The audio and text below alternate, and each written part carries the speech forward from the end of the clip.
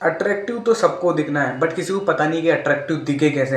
अब हमारे फेसेस में बहुत सारे ऐसे अट्रैक्टिव फीचर्स होते हैं जो कि बहुत ज़्यादा अट्रैक्टिव कंसिडर किए जाते हैं। सो 6 नंबर का जो फीचर आता है वो आता है तुम्हारा eye area, beautiful eye area.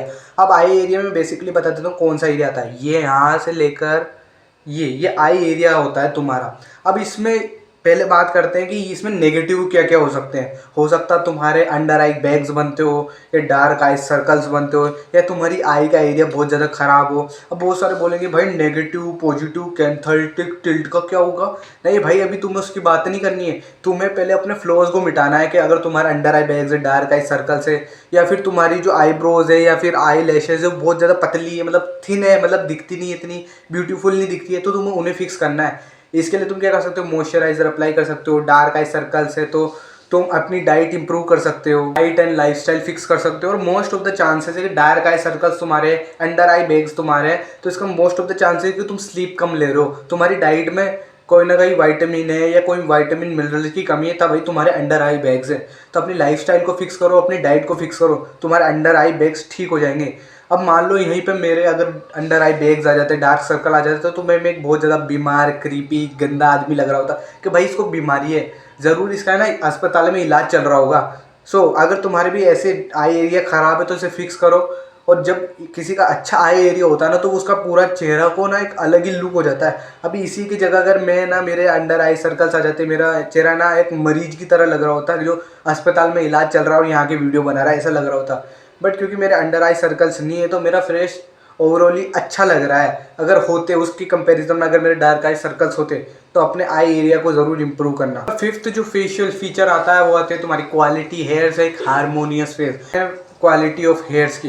देखो यार, सबसे पहले तो क्वालिटी हेयर को छोड़ो, तुम्हारे रिसीडिंग हेयर लाइन है या नहीं है। अगर तुम्हारे बाल भी रिसीड कर रहे हैं, तुम्हारे बाल टूट रहे हैं, थिन कर रहे हैं, तो ये बहुत ज़्यादा प्रॉब्लम क्रिएट कर सकता है। क्वालिटी ऑफ हेयर छोड़ो, तुम्हारे बाल तो पुअर क्वालिटी से भी नीचे गिर चुके हैं। अगर तुम्हारी हेयर लाइन रिसीड कर रही है, तुरंत डर्माटोलॉजिस्ट के पास जाओ, या फिर माइनोक्सिडिल डर्मा रोलिंग करके कुछ अपने रिसीडिंग हेयर लाइन को फिक्स करो। क्योंकि ये 100% है, अगर तुम्हारे हेयर लाइन रिसीड करेगी तो तुम बूढ़े से कम नजर नहीं वाले। अट्रैक्टिव तो छोड़ो, तुम है ना और अगली नजर आने लग जाओगे। तो सबसे पहले पॉइंट आता है कि तुम अपने हेयर लाइन को बचाओ अगर तुम्हारी हेयर लाइन रिसीड हो रही है। और अगर तुम्हारी हेयर लाइन रिसीड नहीं हो रही है और अच्छी खासी है, तब तुम्हें अपनी हेयर की क्वालिटी पे वर्क करना है। एक बात कही जाती है कि हेयर इज़ मेंस मेकअप। एक बंदा कभी भी अच्छा नहीं लग सकता अगर उसके पास हेयर्स नहीं है, मतलब हेयर्स में एक बंदा अच्छा लगता है। अब तुम बोलोगे भाई वो एक्सेप्शन भी तो, रॉक भी तो है। अरे भाई एक्सेप्शन होते हैं, एक्सेप्शन होते हैं। अब रॉक भले उसके बाल नहीं है बट उसकी बॉडी तो बहुत अच्छी खासी है ना, इसलिए एक्सेप्शन होते हैं। पर उसकी बॉडी बहुत अच्छी है तो उसकी हार्मनी ओवरऑल बेटर है। सो तुम्हें एक अच्छी क्वालिटी ऑफ हेयर्स चाहिए। अब अच्छी क्वालिटी ऑफ हेयर्स कैसे लगाएं? अच्छी क्वालिटी ऑफ प्रोडक्ट यूज़ करके, अच्छी बिना केमिकल फ्री प्रोडक्ट यूज़ करके, अपने बाल में किसी भी तरह का अनसेंट केमिकल या वैक्सेस जो चीप क्वालिटी के केमिकल है वो यूज़ नहीं करने, और अपनी डाइट को सुधारना है, फिक्स करना है। एंड अब बात आती है हारमोनियस फेस की। What is harmonious face? Harmonious face एक ऐसा रहता है कि तुम कभी भी किसी का चेहरा देखते हो ना, without knowing anything about looks maxing वगैरह, तुम्हें उसका चेहरा अच्छा लगता है। भले उसकी जो लाइन उतनी बेटर ना हो, उसके चीक्स बोन अच्छे नहीं हो, फिर भी उसका चेहरा बेटर लगता है। एक मतलब ब्यूटीफुल से फीलिंग आती है, अच्छा कि इसका चेहरा बहुत अच्छा है। दैट इज, उसे ही हारमोनियस फेस कहते हैं। और हारमोनियस फेस ज़रूरी होता है कि तुम्हारा फेस सिमेट्रिकल हो, मतलब सिमेट्री में हो।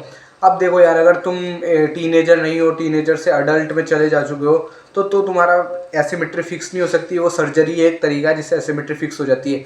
बट सर्जरी में बहुत सारी कॉम्प्लिकेशन होती है, तुम्हारा चेहरा सुधरने की वजह और बिगड़ सकता है। But if you are teenager, तुम अपने फेस को सिमेट्रिकल बना सकते हो या फिर अपने फेस की एसिमेट्री को फिक्स कर सकते हो। बिकॉज तुम्हारा जो स्कल अभी ग्रो हो रहा है, मेलिएबल है, वो स्ट्रक्चर चेंज हो सकता है स्कल का। सो मेक श्योर तुम अच्छा टंग पोस्चर, अच्छी हैबिट्स फॉलो कर रहे हो, अच्छा पोस्चर में हो, बैड पोस्चर ना हो तुम्हारे। देखो यार, ये जो हारमोनियस फेस होना है, तुम सोचते हो इसे सर्जरी से ले लेंगे, ये करा लेंगे, सर्जरी इधर से हो जाएगा, नहीं हो सकता भाई। ये गॉड गिफ्टेड चीज़ है ये हारमोनियस फेस, बिल्कुल ही मतलब बहुत। अगर तुम सर्जरी से इसे फिक्स कराने की करोगे तो शायद तुम्हारा चेहरा और बिगड़ जाए। ऐसे बहुत सारे सेलिब्रिटी या इन्फ्लुएंसर है, मतलब जो बड़े बड़े लोग हैं, उन्होंने सर्जरी कराई, उनका चेहरा बढ़िया होने के बजाय और बिगड़ गया। बहुत ही कम % चांस होते हैं कि सर्जरी से तुम्हारा चेहरा ठीक हो जाए। अगर कोई मतलब तुम्हारे बहुत सीवियर प्रॉब्लम है, मतलब चीन बहुत ज़्यादा रिसेस्ड है, तो उसके लिए करा सकते हो नॉर्मल वे में। बट अगर तुम्हारे ऐसे कोई सीरियस रिसेशन नहीं है, कोई प्रॉब्लम नहीं है, तो तुम यूँ कराओगे तो तुम्हारा चेहरा शायद बिगड़ जाए। नंबर 4 जो अट्रैक्टिव फीचर आता है बॉडी का, वो आता है वाइड फिजिक। अब मैं जब यहाँ पर वाइड फिजिक की बात करूँगा तो तुम सोचोगे कि चौड़े कंधे चौड़े होने चाहिए। नहीं भाई, मैं ओवरऑल बॉडी की बात कर रहा हूँ। तुम्हारे पैर भी चौड़े होने चाहिए, मतलब तुम्हारा ओवरऑल जो शरीर है वो चौड़ा होना चाहिए। तुम्हारी गर्दन भी चौड़ी होनी चाहिए, मतलब तुम्हारी मसल वाइड होनी चाहिए, इधर की मसल ग्रोन होनी चाहिए। तुम्हारा जो यहाँ जो की मसल ये भी चौड़ी होनी चाहिए, मतलब यहाँ से जो ग्रोन होनी चाहिए।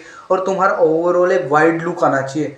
वाइड लुक ज़्यादा डोमिनेंट कंसिडर किया जाता है। मान लो एक एग्जांपल लो, कोई एक बंदा बैठा हुआ है, ऐसे बैठा हुआ है, बिल्कुल ऐसे यूँ, बिल्कुल अपनी टांगे पतली करके, वो ज़्यादा कॉन्फिडेंट लग रहा होगा। ये एक बंदा जिसकी छाती बहुत चौड़ी है, बहुत चौड़ा फेस है, उसका बहुत चौड़ा शरीर है, फ्रेम है, वो ऐसे बैठा हुआ है कुर्सी पे, वो ज़्यादा डोमिनेट लग रहा होगा, कॉन्फिडेंट। ऑब्वियस ही बात है, वही बंदा जिसका वाइडर फ्रेम है। देखो यार, वाइडर फ्रेम पाने के 2-3 तरीके होते हैं। फर्स्ट, जो तुम अपनी ये बेली, ये जो अपनी यहाँ चेस्ट के यहाँ का जो फैट है उसे लूज़ कर लो, ताकि तुम्हारी जो वेस्ट है वो थिन दिखे। और ये मत सोचना कि तुम अपनी वेस्ट को पतली कर सकते हो, नहीं कर सकते हो। वेस्ट पतली नहीं हो सकती क्योंकि वो हड्डी है, हड्डी पतली ही नहीं हो सकती, तुम इसे कितना ही दबाव वो करो। बट एक चीज़ जो तुम ग्रो कर सकते हो वो या तो क्लेविकल मसल से, मतलब क्लेविकल जो बोन है उसे, हमारा शोल्डर्स वाइड होंगे, या फिर तुम जो ये साइड डेल्ट्स है इनको ट्रेन कर सकते हो। अब देखो यार, ये जो साइड डेल्ट्स है, अपर चेस्ट है ना, ये एक ऐसी मसल है जो बहुत ज़्यादा अट्रैक्टिव है, बट इन्हें ट्रेन करना उतना ही ज़्यादा मुश्किल है। सो अगर अपने साइड डेल से अपर चेस्ट को ट्रेन कर लिया तो ये बहुत ज़्यादा अट्रैक्टिव कंसीडर किया जाता है। तुम्हारा ओवरऑल फ्रेम वाइड लगता है और तुम बहुत ज़्यादा अट्रैक्टिव लगते हो। अब मैं यहाँ पर जो वाइड होने की बात कह रहा हूँ, तो अब इसका ये मत समझ लेना कि हम मोटा होना चाहिए, हम मोटे हैं, हम वाइड है, क्योंकि बहुत सारे मोटे लोग होते हैं वो भी वाइड होते हैं। मैं वो वाइड होने की नहीं बोल रहा हूँ, मैं लीन एंड वाइड फिजिक की बोल रहा हूँ। मतलब तुम लीन हो और तुम्हारे शोल्डर्स वाइड है, मतलब तुम ऊपर जाते रहो, तुम्हारे शोल्डर की विड्थ बढ़ती जा रही है, तुम्हारा वी टेपर आ रहा है, उसको विड्थ कहते हैं। मतलब बहुत सारे मोटे फैट पीपल्स होते हैं, हम भी तो वाइड थे, हम भी अट्रैक्टिव है। नहीं, मैं लीन बंदों की कह रहा हूँ जिनके वी टेपर लुक आता है बोन स्ट्रक्चर की वजह से। थर्ड जो अट्रैक्टिव फेशियल फीचर्स आता है वो आता है तुम्हारा लीन फेस। देखो यार, इस दुनिया में जितने भी बंदे हैं, भले ही वो उनके जो फेस है ना वो लीन होता है ना, तो वो जितने भी बंदे हैं वो लीन फेस के साथ सबसे ज़्यादा ब्यूटीफुल नज़र आते हैं। अब तुम बोलोगे, तुम 1-2 एग्जांपल दोगे कि ये बंदा भी तो ऐसा अच्छा लगता है, बट अगर वो लीन हो जाए तो वो और ज़्यादा अच्छे लगते हैं। अब यहाँ पर बहुत सारे बंदे को मिसकंसेप्शन होता है कि हम क्या बस फेस का फैट रिमूव कर सकते हैं, या फिर हम इस हाथ का फैट रिमूव कर सकते हैं। नहीं कर सकते, स्पॉट रिडक्शन इम्पॉसिबल है। पूरी बॉडी से पूरा फैट एक साथ जाता है, मान लो। और बहुत सारों के साथ ये भी होता है कि पहले किसी बंदे का चेहरे से फैट जाता है, फिर छाती से, फिर पैर से, फिर यहाँ से फैट जाता है। बहुत सारों को पैरों से पहले जाता है, फिर बटक से, फिर पेट से, फिर लास्ट में जाके चेहरे से फैट जाता है। सो अगर तुम्हें भी एक अट्रैक्टिव फेस चाहिए, और why lean face is considered attractive, because जब तुम लीन होते हो तुम्हारे जो फेशियल मसल्स होते हैं वो ज़्यादा पॉप होते दिखते हैं। या फिर जब यहाँ पर अगर मैं लाइट अंधेरा कर दूँ और यहाँ पर एक लाइट जलाऊँ, तो अगर जब मेरी ये लाइट मेरे चेहरे पे पड़ेगी और अगर मेरा फैट लूज़ रहेगा, तो मेरे जो फेशियल जो बोन है वो ज़्यादा दिखेगी, ज़्यादा पॉप होगी, ज़्यादा अट्रैक्टिव दिखेगी। इसलिए लीन फेस बहुत ज़्यादा अट्रैक्टिव कंसिडर किया जाता है। जो सेकंड नंबर का जो अट्रैक्टिव ट्रेट कंसिडर किया जाता है वो है हेल्दी होना एक अट्रैक्टिव ट्रेट होता है। तुम कितने ही अच्छे दिखते हो, बट अगर तुम हेल्दी नहीं हो तो तुम अच्छे भी नहीं दिखोगे, बिकॉज जब तुम अच्छे होते हो तभी तुम अच्छे दिखते हो। याद रखना, तुम अच्छे दिखते हो इसलिए हेल्दी नहीं होते हो, तुम हेल्दी होते हो इसलिए अच्छे दिखते हो। और तुम्हारी हेल्थ का बिगेस्ट इंडिकेटर होता है तुम्हारा फेस, तुम्हारी आई एरिया। जब तुम बहुत ज़्यादा कम स्लीप लेते हो, स्लीप डिप्राइव्ड रहते हो, या तुम्हारी डाइट में कुछ भी कमी रहती है ना, वो तुम्हारे चेहरे और बॉडी में दिखती है। अगर तुम स्लीप कम लेते हो तो तुम्हारे जो आँखों में एक जान नहीं रहती, वो मरी मरी से आँखें रह जाती है, मतलब आँखों में डार्क आई सर्कल्स, नींद हो जाती है, तुम्हारा चेहरे की डलनेस आ जाती है, ग्लोइंग फेस डल हो जाता है, ये चीज़ हो जाती है।